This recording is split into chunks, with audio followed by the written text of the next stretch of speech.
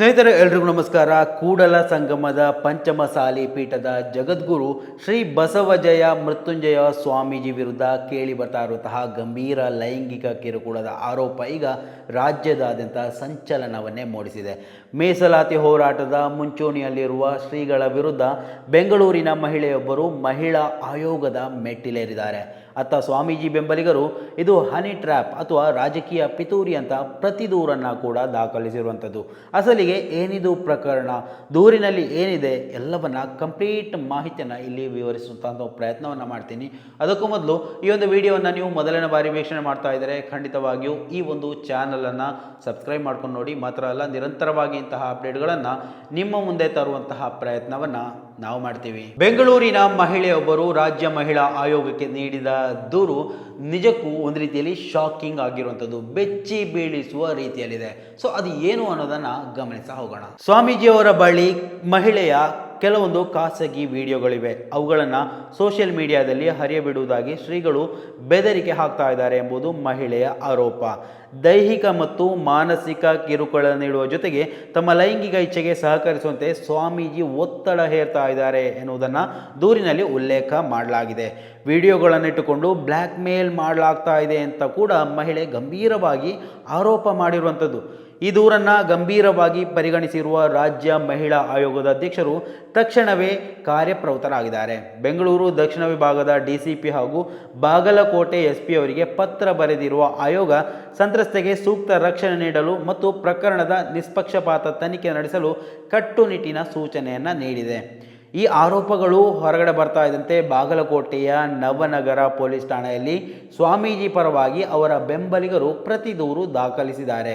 ಅವರ ವಾದವನ್ನು ಗಮನಿಸ್ತಾ ಹೋದರೆ ನಿಜಕ್ಕೂ ಒಂದು ರೀತಿಯಲ್ಲಿ ಕಾಮಿಡಿ ಥರ ಇದೆ. ಅದು ಬೇರೆ ವಾದಗಳನ್ನು ಮಾಡ್ತಾ ಇದ್ದಾರೆ ನೋಡಿ. ಮಹಿಳೆಯು ಸ್ವಾಮೀಜಿ ಅವರಿಂದ ಕೋಟ್ಯಾಂತರ ರೂಪಾಯಿ ಹಣಕ್ಕೆ ಬೇಡಿಕೆ ಇಟ್ಟಿದ್ರು, ಹಣ ನೀಡದಿದ್ದರೆ ಸುಳ್ಳು ದೂರು ನೀಡುವುದಾಗಿ ಬೆದರಿಕೆ ಹಾಕಿದರು ಎನ್ನುವುದು ಬೆಂಬಲಿಗರ ಆರೋಪ. ಮಹಿಳೆ ಹೇಳ್ತಾ ಇರುವಂತಹ ವಿಡಿಯೋಗಳು ತಾಂತ್ರಿಕವಾಗಿ ತಿರುಚಲ್ಪಟ್ಟಿವೆ ಅಥವಾ ಕೃತಕವಾಗಿ ಸೃಷ್ಟಿಸಲಾಗಿದೆ ಅಂತ ಕೂಡ ಅವರ ವಾದ. ಪಂಚಮಸಾಲಿ ಮೀಸಲಾತಿ ಹೋರಾಟವನ್ನು ಹತ್ತಿಕ್ಕಲು ಕೆಲವು ರಾಜಕೀಯ ಶಕ್ತಿಗಳು ಈ ಮಹಿಳೆಯನ್ನು ದಾಳವಾಗಿ ಬಳಸಿಕೊಳ್ತಾ ಇದೆ ಎಂಬುದು ಶ್ರೀಗಳ ಬೆಂಬಲಿಗರ ವಾದ. ಈ ಒಂದು ಪ್ರಕರಣದ ಬಗ್ಗೆ ಕಂಪ್ಲೀಟ್ ಡೀಟೇಲ್ಸ್ ಅನ್ನು ಕೊಡುವಂತಹ ಒಂದು ವಾರ್ತೆಯನ್ನು ಕೂಡ ನಾವು ಗಮನಿಸ್ತಾ ಹೋಗೋಣ.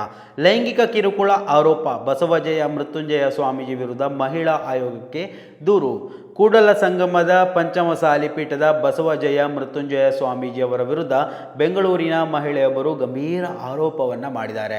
ತಮಗೆ ಸ್ವಾಮೀಜಿ ದೈಹಿಕ, ಮಾನಸಿಕ ಹಾಗೂ ಲೈಂಗಿಕ ಕಿರುಕುಳವನ್ನು ನೀಡ್ತಾ ಇದ್ದಾರೆ ಅಂತ ಮಹಿಳಾ ಆಯೋಗಕ್ಕೆ ದೂರನ್ನು ಸಲ್ಲಿಸಿರುವಂಥದ್ದು.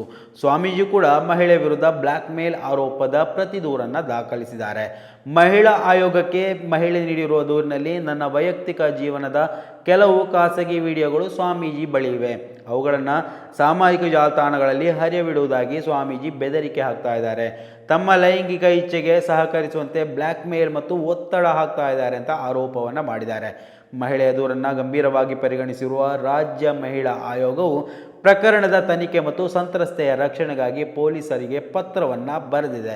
ಬೆಂಗಳೂರು ದಕ್ಷಿಣ ವಿಭಾಗದ ಉಪ ಪೊಲೀಸ್ ಆಯುಕ್ತರು ಮತ್ತು ಬಾಗಲಕೋಟೆ ಜಿಲ್ಲಾ ಪೊಲೀಸ್ ವರಿಷ್ಠಾಧಿಕಾರಿಗಳಿಗೆ ಆಯೋಗವು ಪತ್ರ ಬರೆದಿದ್ದು ಪ್ರಕರಣವನ್ನು ಕೂಡಲೇ ಪರಿಶೀಲಿಸಿ ಸಂತ್ರಸ್ತೆಗೆ ಅಗತ್ಯವಿರುವ ಕಾನೂನುಬದ್ಧ ನ್ಯಾಯ ಹಾಗೂ ಸೂಕ್ತ ಪೊಲೀಸ್ ರಕ್ಷಣೆ ಒದಗಿಸಬೇಕು. ಅದಕ್ಕಾಗಿ ಸಂಬಂಧಪಟ್ಟ ಅಧಿಕಾರಿಗಳಿಗೆ ಕಟ್ಟುನಿಟ್ಟಿನ ನಿರ್ದೇಶನ ನೀಡಬೇಕು ಅಂತ ಸೂಚನೆಯನ್ನು ಕೊಟ್ಟಿರುವಂಥದ್ದು. ದೂರಿನಲ್ಲಿ ಉಲ್ಲೇಖಿಸಲಾದ ಅಂಶಗಳ ಆಧಾರದ ಮೇಲೆ ಸ್ವಾಮೀಜಿಯವರ ವಿರುದ್ಧ ಕಾನೂನು ರೀತಿಯ ಸೂಕ್ತ ಕ್ರಮ ಕೈಗೊಳ್ಳುವಂತೆ ಪೊಲೀಸ್ ಇಲಾಖೆಯನ್ನು ಆಯೋಗವು ಒತ್ತಾಯ ಮಾಡಿದೆ. ಇನ್ನು ಮಹಿಳೆ ನೀಡಿದ ದೂರನ ಬೆನ್ನಲ್ಲೇ ಬಸವಜಯ ಮೃತ್ಯುಂಜಯ ಸ್ವಾಮೀಜಿಯ ಪರವಾಗಿಯೂ ಅವರ ಬೆಂಬಲಿಗರು ಬಾಗಲಕೋಟೆ ಜಿಲ್ಲೆಯ ನವನಗರ ಪೊಲೀಸ್ ಠಾಣೆಯಲ್ಲಿ ಪ್ರತಿ ದೂರು ದಾಖಲಿಸಿದ್ದಾರೆ. ಮಹಿಳೆಯು ಸ್ವಾಮೀಜಿಯವರಿಂದ ಕೋಟ್ಯಂತರ ರೂಪಾಯಿ ಹಣಕ್ಕಾಗಿ ಬೇಡಿಕೆಯನ್ನು ಇಟ್ಟಿದ್ರು, ಹಣ ನೀಡದಿದ್ದರೆ ಸುಳ್ಳು ಲೈಂಗಿಕ ಕಿರುಕುಳದ ದೂರನ್ನು ದಾಖಲಿಸ್ತೀನಿ ಅಂತ ಎಚ್ಚರಿಕೆಯನ್ನು ಕೊಟ್ಟಿದ್ರು. ಸ್ವಾಮೀಜಿಯವರ ತೇಜೋವಧೆ ಮಾಡುವುದಾಗಿ ಬ್ಲ್ಯಾಕ್ ಮೇಲ್ ಮಾಡ್ತಾ ಇದ್ರು. ಸ್ವಾಮೀಜಿಯವರಿಗೆ ವರ್ಚಸ್ಸಿಗೆ ಧಕ್ಕೆಯನ್ನು ತರಲು, ಅವರನ್ನು ವಿವಾದಕ್ಕೆ ಸಿಲುಕಿಸಲು ಮಹಿಳೆಯು ಯೋಜಿತವಾಗಿ ಹನಿ ಟ್ರ್ಯಾಪ್ ತಂತ್ರ ಹೂಡಿದ್ದಾರೆ ಅಂತ ಸ್ವಾಮೀಜಿ ಬೆಂಬಲಿಗರು ಆರೋಪವನ್ನು ಮಾಡ್ತಾ ಇರುವಂಥದ್ದು.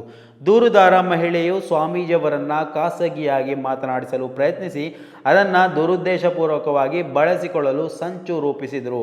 ಮಹಿಳೆಯು ಹೇಳ್ತಾ ಇರುವ ಪ್ರಕಾರ ಖಾಸಗಿ ವಿಡಿಯೋಗಳು ತಾಂತ್ರಿಕವಾಗಿ ತಿರುಚಲ್ಪಟ್ಟಿವೆ ಅಥವಾ ಕೃತಕವಾಗಿ ಸೃಷ್ಟಿಸಲಾಗಿದೆ.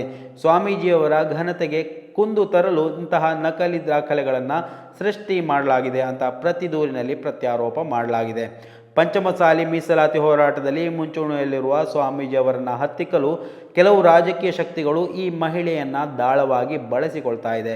ಮೀಸಲಾತಿ ಹೋರಾಟವನ್ನು ಹಾದಿ ತಪ್ಪಿಸಲು ಇಂತಹ ಸುಳ್ಳು ಪ್ರಕರಣಗಳನ್ನು ದಾಖಲಿಸಲಾಗ್ತಾ ಇದೆ ಅಂತ ದೂರಿನಲ್ಲಿ ಸ್ವಾಮಿ ಪರ ಬೆಂಬಲಿಗರು ವಾದವನ್ನು ಮಂಡಿಸ್ತಾ ಇರುವಂಥದ್ದು.